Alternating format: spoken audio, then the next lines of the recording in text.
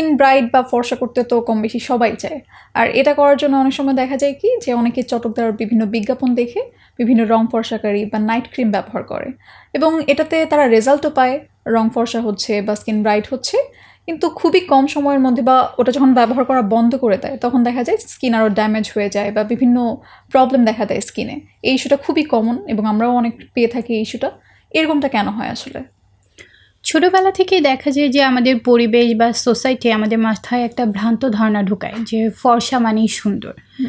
এর কারণে হয় কি, আমরা কোনো ডক্টর বা স্কিন এক্সপার্টের কাছে না গিয়ে বিভিন্ন চটকদার বিজ্ঞাপন দেখে 7 দিনেই ফর্সা হন এরকম অফার দেখে আকৃষ্ট হই এবং এসব ফর্সাকারী ক্রিম ব্যবহার করে ফেলি। এসব ফর্সাকারী ক্রিমে কী পরিমাণ স্টেরয়েড মার্কারি ব্যবহার করা হয় এবং এই ফর্সাকারী ক্রিমগুলো আমাদের স্কিনে কী পরিমাণ ক্ষতি করে এটা নিয়ে কিন্তু কেউ আমাদেরকে বলে না।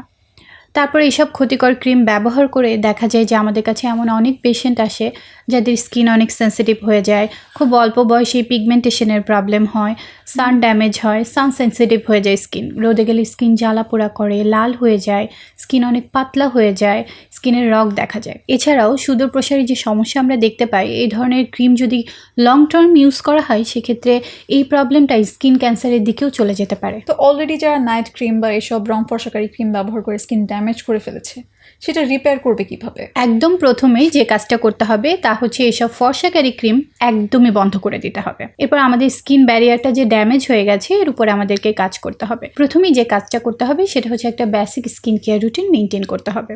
একটি মাইল্ড জেন্টাল ফেস ওয়াশ দিয়ে ফেস ক্লিন করতে হবে। আপনার স্কিন টাইপ অনুযায়ী হাইড্রেটিং একটা ময়শ্চারাইজার ব্যবহার করতে হবে।